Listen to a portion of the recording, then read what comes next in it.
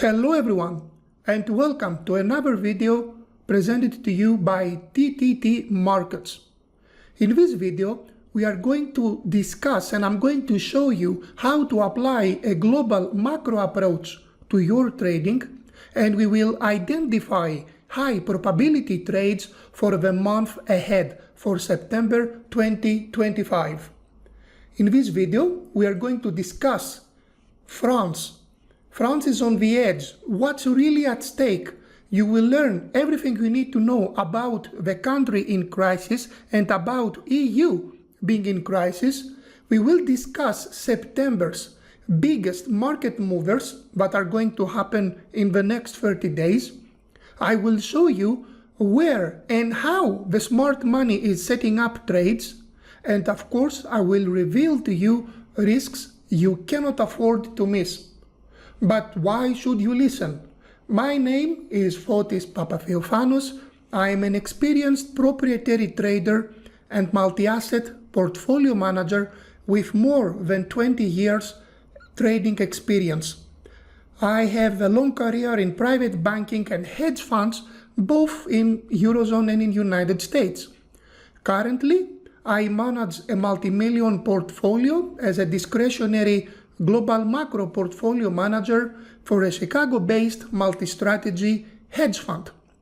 So let's go straight away to the hot topic of these days, which is France. So without any other delay, let's go and discuss the hot topic of these days, which is France. Why is there a crisis? Why is this happening? And I'm going to show you this chart. I will go to TradingView. Here you go, and you see the French yields moving higher. You might say, so what? This is happening all the time. It goes down, it goes up. What is different this time? Well, let me tell you what happened. A few days ago, 2 weeks ago, the Prime Minister of France, I think his name is François Bayrou, has called a confidence vote in Parliament on September the 8th. Why did he do this? Because there was a dispute, there were disagreements about a 44 billion deficit cutting plan. So his government is having a fragile minority. Opposition said, no, we are going to vote against you. We do not accept this deficit cutting plan. Bayrou said, okay, I am calling a confidence vote, and this is happening on September the 8th. So what's the problem? Well, allow me to tell you. France public finances are flashing red, very red. The deficit is running above 8% of GDP, and debt is over 113% of GDP. So let me say that again. Deficit above 5% of GDP, while the debt is over 113% of GDP. Now this is too big. This is bringing back memories from the Greek crisis in 2010. Now the spread between the French and the German bonds has gone up. That means the difference between the French bonds and the German bonds is widening a lot. And this is happening when investors are expecting a crisis. So the fact that the yields are moving up, they do not move up for a good reason. Sometimes yields go up because we expect inflation, we expect growth, and it is healthy and normal to have higher yields. But when there is a crisis and investors are saying you will have to pay more for the money we give you, for the money we loan to you, we are requiring a higher yield. This is a weekly chart, by the way, the French 10-year yields. And potentially, depending on September the 8th, this can significantly break to the upside. This is a red alert, as I told you earlier, and it is going to drag not only the French economy down, is going to cause a problem to the whole of Eurozone. So this is my big theme for the weeks ahead or week ahead. Let's see what the market is going to give us. So imagine, for example, if the government misses the confidence vote, then what? To make things worse, the finance minister of France has raised the possibility of IMF intervention. Can you imagine this for a second? IMF intervention for France. This is something unthinkable for a country like France.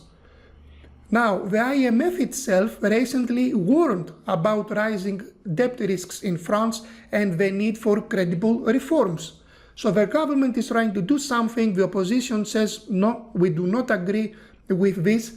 So what do you think is going to happen to the euro? And I will go straight away to Euro USD. There you go, this is the euro. Here we are. And what I have done is this. I have highlighted the areas that I am looking to do business. This is my trend line. The main trend is up, but the last few weeks we have a trend line here that acts as resistance for various reasons that I'm not going to discuss now. It has also got to do with the US economy. We had on the weekly chart, as you can see, a series of lower highs. We have something that looks like a triangle, a consolidation. And you can see that I'm highlighting in advance the areas that I'm doing business. So if I go now to the 4 hour, so you can see on a smaller time frame, my analysis says that until the 8th, there is going to be pressure on the euro against the USD. It is buy the rumor, sell the fact. So the rumor is we are approaching September the 8th. I am only looking to sell the euro into resistance. And this is what I have done. I have been selling close to the trend line. This is working at the moment. I have a tight stop though. I have a stop above 1760 because, you know, this is the markets. Anything can happen at any time. I am not going to go for a home run on this one. I mean, I'm looking for shorts before the election on September the 8th. And I can tell you, I do not wish to keep a euro position during next weekend. I do not wish to do this. If it moves a little bit lower, maybe 1680, 1690, I will take my profits and wait. So I will avoid having a big position in euro USD. But this is a main theme. Let's see what happens on September the 8th. And this is something you need to pay attention. Because I told you, it is not only an opportunity, there is also a risk. You need to pay attention, especially if you have exposure to many euro positions. But what other opportunities can we have in the month ahead? It is not only France. It is not only the problems in Eurozone. Of course not. I am also quite bullish on the yen. With the information we have so far, with what I see, I'm quite bullish on the yen, and I will show you euro JPY, euro yen. Now with yen crosses, you have to be careful, okay? You have to be careful with yen crosses because they could be more volatile and choppy.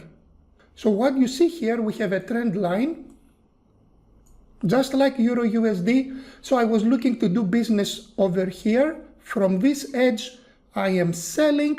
I need to be careful, I need to be a little bit patient because this is yen. Do not expect the same kind of moves compared to euro USD, to USD crosses.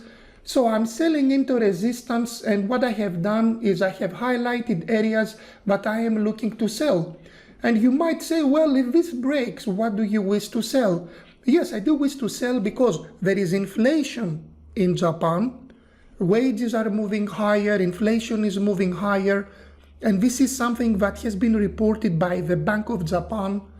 They are looking to change their policy for the first time in 30 years. So forget the very low, the almost zero interest rate policy.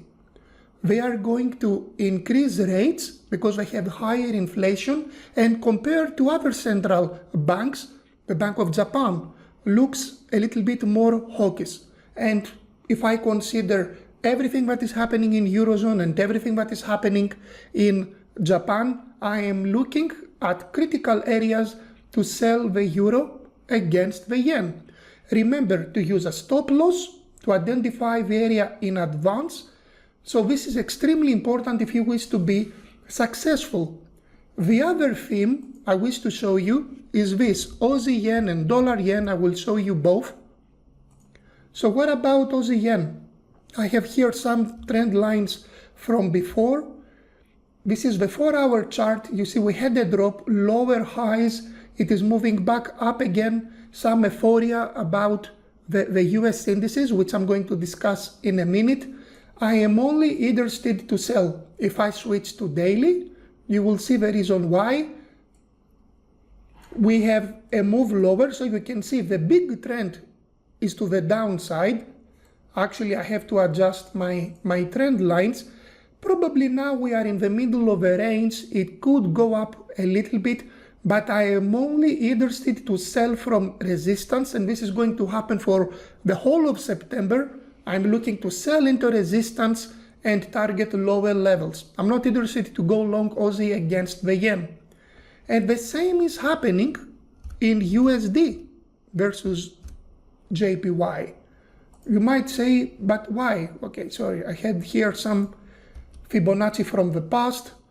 Okay, let me do this. Let me sort out the trend lines. I'm not doing anything here. I'm not going to sell it because it can break to either direction. But what I see is, yes, I can see here the trend line. It is in the middle of a range. It could go anywhere. But if it moves higher, I am only interested to sell the dollar against the yen. And this is because there are worries that Donald Trump is looking to take control of the Fed, take control of the central bank. The chairman of the Fed is going to be replaced next year, and it's going to be someone that Donald Trump is going to appoint. And we know the Fed is going to turn more dovish, meaning that they will be looking to have lower interest rates. This is not good for the dollar. This is why I am only interested to sell close to resistance. Not now. I don't have value selling here. But if we move higher into resistance, I am looking to sell the dollar against the yen. Now, another one that I hold dearly in my heart is this one. I have made quite a few money selling this one constantly towards resistance. And here we are. This is the pound yen. Again, this is a very important area. I will zoom out here on TradingView so you can see. We have historical highs. I am only interested to sell if we stay, let's say, below 202. If we approach resistances, I'm only interested to sell. When it comes to pound yen, you have to be prepared for choppy and volatile markets. A 20 pip move in Euro USD is not the same as the 20 pip move in pound yen. So remember, USD crosses are very different than yen crosses. So for September, in case we move higher, I am only interested to sell the pound yen. The other thing I wanted to show you is the indices, and I'm going to show you over here US 500, the S&P 500. All right, there you go. Why am I showing you this? Because, my friends, in the last 15 years, in the last 12 out of 15 years, September has been a negative month for markets. So from the middle of September until the end of October, we usually have a bearish market for equities. And this has happened in the 12 out of the 15 last years. So seasonality is heavily against equities, but it doesn't mean anything. But it doesn't mean that we cannot have new highs. Of course not. We are just looking at probabilities. I see many negative headlines, many deteriorating economic indicators. So please be careful doing business here. Between 6,500 and 7,000, I am only interested to establish a short position. This is a historical high. If I could show you the very long-term S&P chart, you would have seen that we have a very long-term trend line somewhere here. So we are approaching historically very important resistance levels. Valuation is not a reason for markets to drop, meaning if something is extremely expensive, it doesn't mean it cannot get more expensive, and this applies to equities. But valuation is attracting attention for the wrong reason. This is an expensive market. We have economic indicators deteriorating, and of course, we don't know what is going to happen with the Fed. And what about the tariffs? And what about the political situation in the United States? So you can see we have many risks ahead and many unknowns. So this is something to keep in mind when we look at indices. So my plan, if I look into September, calls for buying the yen against Aussie, euro and pound. I am waiting for the US dollar to move to higher levels against the yen, and then I can sell. I'm very cautious when it comes to equities. You don't need to sell it, but just be careful. If we have a bigger correction, this is going to be good for Aussie yen, pound yen. And the biggest theme for at least the first week of September and the second week is on September 8th, the confidence vote in France. Bank of Japan, we have Bank of Japan on September the 18th, so please be careful. September 18th, we have Bank of Japan. And also, the Fed meets on September 16, 17, and they are going to cut rates. But what are they going to discuss next? I will leave you with the dollar index. It's an extremely important chart. So they are looking to cut rates. Okay, they will cut rates in September. This is a done deal.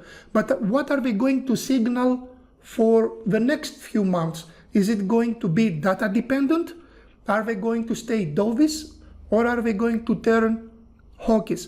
And of course, this might not matter at all, since Donald Trump, the President of the United States, is looking very actively to take control of the Fed. So this is my outlook for September 2025. We are going to stay in touch and keep you updated for any new developments. Thank you for watching, and let me thank TTT Markets for having us here on this video.